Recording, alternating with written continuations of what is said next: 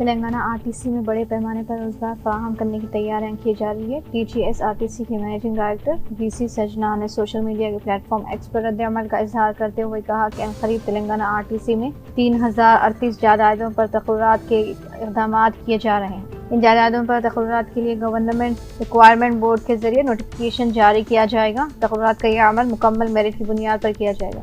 درمیانی افراد کی کوئی مداخلت نہیں رہے گی اور نہ ہی کوئی بے عقائدگیوں کی گنجائش رہے گی۔ تقررات کا یہ عمل مکمل شفاف رہے گا۔ انہیں اس بات کی اطلاعات موصول ہو رہی ہے کہ چند افراد RTC میں ملازمتیں فراہم کرنے کا بے روزگار نوجوانوں کو دھوکہ دے رہے ہیں۔ وہ نوجوانوں اور ان کے والدین سے اپیل کرتے ہیں کہ ایسے دغاباز افراد پر بھروسہ کرتے ہوئے دھوکہ نہ کھائیں۔ چور دروازے سے ملازمتیں حاصل کرنے کی کوشش کرنے والوں کو ہرگز ملازمتیں فراہم نہیں کی جائے گی۔ RTC ملازمتیں فراہم کرنے کا وعدہ کرتے ہوئے بھاری رقم کا ڈیمانڈ کرنے والوں پر بھروسہ کرتے ہوئے نوجوان دھوکہ نہ کھائیں۔ اگر اس طرح کے کوئی افراد ان سے رجوع ہو رہے ہیں تو ان کی تفصیلات مجھے کو فراہم کریں یا مقامی پولیس اسٹیشن میں اس کی شکایت درج کرائیں۔ ریاست میں کانگریس کی حکومت تشکیل پانے کے بعد نقصان میں چلنے والا RTC ادارہ نفع بخش ادارے میں تبدیل ہو چکا ہے۔ بالخصوص خواتین کو RTC بسوں میں مفت سفر کرنے کی سہولت فراہم کرنے کے بعد بسوں میں سفر کرنے والے مسافرین کی تعداد میں زبردست اضافہ ہو گیا اور RTC انتظامیہ کی جانب سے نئی بسیں بھی خریدی جا رہی ہے۔ Central board of secondary education نے SSC اور انٹرمیڈیٹ کے طلباء کے لیے نئے رہنمایانہ خطوط جاری کرتے ہوئے 75% حاضری کا لزوم عائد کر دیا۔ CBSE کی جانب سے جاری کیے جانے والے ان رہنمایانہ خطوط کے مطابق اب وہ طلباء جو 10ویں اور 12ویں جماعت میں تعلیم حاصل کر رہے ہیں وہ 75% حاضری نہ ہونے پر امتحان میں شرکت کے اہل نہیں ہوں گے۔ CBSE بورڈ نے تعلیمی سال 2025-26 کے لیے جاری کیے گئے ان رہنمایانہ خطوط کے سلسلے میں تفصیلات جاری کرتے ہوئے کہا کہ جو طلباء جاریہ سال 10ویں جماعت اور 12ویں جماعت میں تعلیم حاصل کر رہے ہیں ان کے لیے لازمی ہوگا کہ وہ 75% کلاسز میں حاضر رہیں اور وہ 75% سے کم حاضر رکھتے ہیں تو انہیں امتحان میں شرکت کی اجازت نہیں دی جائے گی۔ بورڈ نے اس بات کی صراحت کی ہے کہ اس نئی شرط سے صرف ان طلباء کو استثناء حاصل رہے گا جو کہ شدید عدالت کا شکار ہیں یا خاندان میں کسی کی موت واقع ہوتی ہے یا کوئی میڈیکل ایمرجنسی کے سبب حاضر نہیں ہو پاتے ہیں تو ان طلباء کو استثناء دیا جائے گا۔ علاوہ قومی سطح کے کھیلوں اور بین الاقوامی کھیلوں میں حصہ لینے والے طلباء کو بھی اس شرط سے مستثنیٰ رکھا گیا ہے۔ Central board of secondary education CBSE کے اسکولوں میں تعلیم حاصل کرنے والے طلباء کے لیے جاری کیے گئے انتباہ میں بورڈ نے کہا ہے کہ اگر کوئی طالب علم بغیر پیشگی اجازت اسکول سے غیر حاضر رہتا ہے تو اس کے خلاف کارروائی سے بھی گریز نہیں کیا جائے گا بلکہ اسکول انتظامیہ کو ایسے طلباء کے خلاف کارروائی کے لیے مجاز گردانا گیا ہے۔ بورڈ نے اسکول انتظامیہ کو روانہ کیے گئے مکتوب میں واضح کیا کہ وہ طلباء اور اولیاء طلباء و سرپرستوں کو CBSE کے ان رہنمایانہ خطوط سے واقف کروائیں تاکہ وہ اسکول میں حاضری اور کلاس میں شرکت کی اہمیت کو سمجھ سکیں۔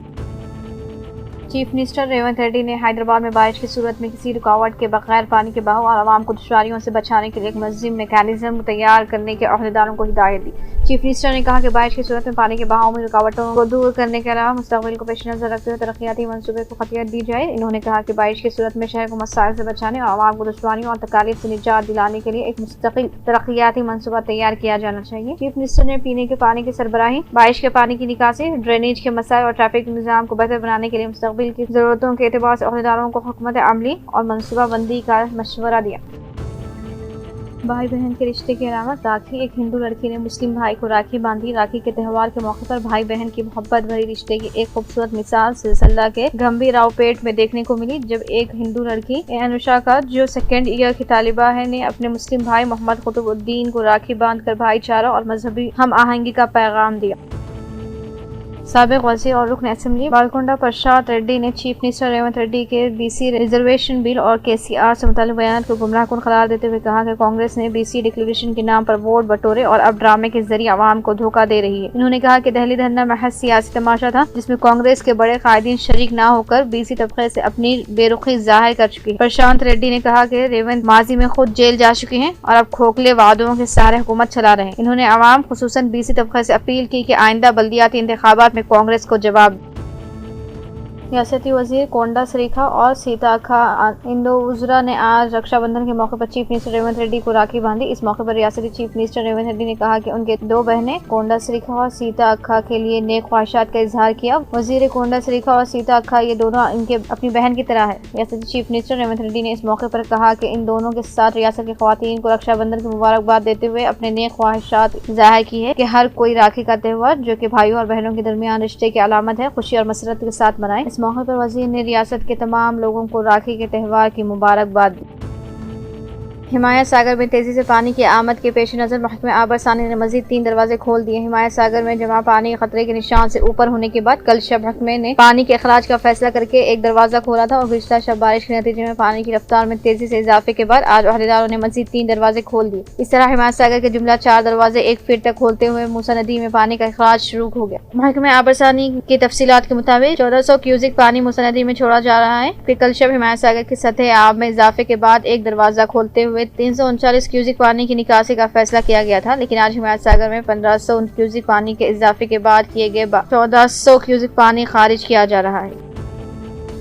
حکومت نواحی علاقہ تھرور میں 100 کھلے پلاٹس کا کھلا حراج کرے گی اور ان کے خریدی میں 240 افراد نے دلچسپی کا اظہار کیا ہے۔ راجیو سواگروہا اور ہاؤسنگ بورڈ اسکیمات کے تحت جن پلاٹس کی فروخت نہیں ہو پائی ان کی فروخت سے حکومت نے آمدنی حاصل کرنے کا فیصلہ کیا ہے اور ان پلاٹس کا حراج 10 اگست کو کیا جائے گا۔ ان 100 پلاٹس پر حکام نے بتایا کہ جن پلاٹس کا حراج کیا جا رہا ہے وہ تمام قانونی نزاعات سے پاک ہے اور ان پر کوئی تنازع نہیں۔ ان پلاٹس کی کھلے حراج میں فروخت کا ابتدا 6 اگست کو انعقاد کیا گیا تھا، لیکن ناگزیر وجوہات کی بنا پر ملتوی کرنے کے بعد اب حراج کا انعقاد 10 اگست کو کیا جا رہا ہے۔ بتایا گیا ہے کہ ان پلاٹس کے حراج سے آمدنی کے ذریعے حکومت نے مستقل کے امکنہ پروجیکٹس میں سرمایہ کاری کا فیصلہ کیا ہے، اسی لیے راجیو سواگروہا اسکیم کے تحت پلاٹس کو حراج کے ذریعے فروخت کرنے کا فیصلہ کیا گیا ہے۔ آؤٹر رنگ روڈ سے قریب ان پلاٹس سے متعلق ہاؤسنگ بورڈ حکام کا کہنا ہے کہ شہر سے فاصلہ کم کے سبب ان کے ذریعے کافی آمدنی کا امکان ہے اور توقع ہے کہ آس پاس کے علاقوں میں رہائشی سرگرمیوں کے نتیجے میں ان پلاٹس کے ذریعے کافی آمدنی ہوگی۔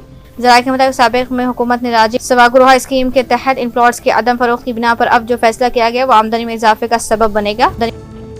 تلنگانہ ہائی کورٹ نے ریاست میں CBSE، ICSE، کیمبرج اور دیگر قومی نصاب کے اسکولوں میں سیکنڈ لینگویج کے طور پر تیلگو کو لازمی طور پر پڑھانے کے فیصلے کے خلاف دائر کی گئی مفاد عامہ کی درخواست کو قبول کر لیا۔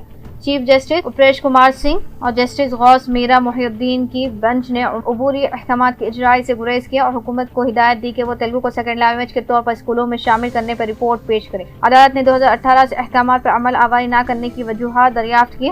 حکومت نے 2018 میں قانون سازی کرتے ہوئے قومی نصابی اسکولوں میں پہلی جماعت سے تیلگو کی تعلیم کو لازمی کرنے کی ہدایت دی۔ ایک ہندی ٹیچر نے مفاد عامہ کی درخواست میں عدالت سے اپیل کی کہ حکومت کے احکامات کو غیر دستوری قرار دیتے ہوئے عدم کیا جائے۔ درخواست گزار کا کہنا تھا کہ مختلف لسانی بیک گراؤنڈ سے تعلق رکھنے والے طلباء پر تیلگو مسلط نہیں کی جا سکتی۔ عدالت کو بتایا گیا کہ 2018 میں قانون سازی کی گئی، لیکن کووڈ اور تیلگو ٹیکسٹ بک کے قلت کے سبب احکامات پر عمل آوری نہیں کی گئی۔ حکومت نے 2022 اور 2024 میں 2 علیحدہ میموز جاری کیے۔